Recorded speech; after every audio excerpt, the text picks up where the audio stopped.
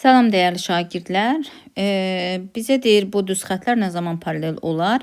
Qaydaya əsasən K1 bərabərdir K2 və B1 fərqlidir B2 olan zaman düz xətlər paralel olacaq funksiyadakı düz xətlər. Deməli biz ilk öncə bunu sadələşdirək.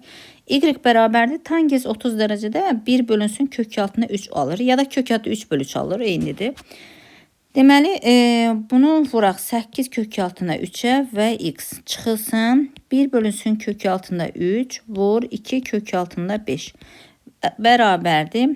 Kök ətüşlər ixtisar gedəcək, qalacaq 8, x çıxılsın. 2 kök altında 5 bölünsün kök altında 3. Bunu belə sadələşdirdik və bizə də digər düz xəttin tənliyi verib.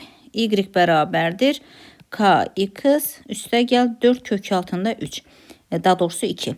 İndi baxın, b'lər fərqlidir onsuz. Nə zaman bərabərdir? K'lar bir-birinə bərabər olanda. Yəni x-ların əmsalı. Birincidə x-in əmsalı 8-dir, ikincidə k'dır.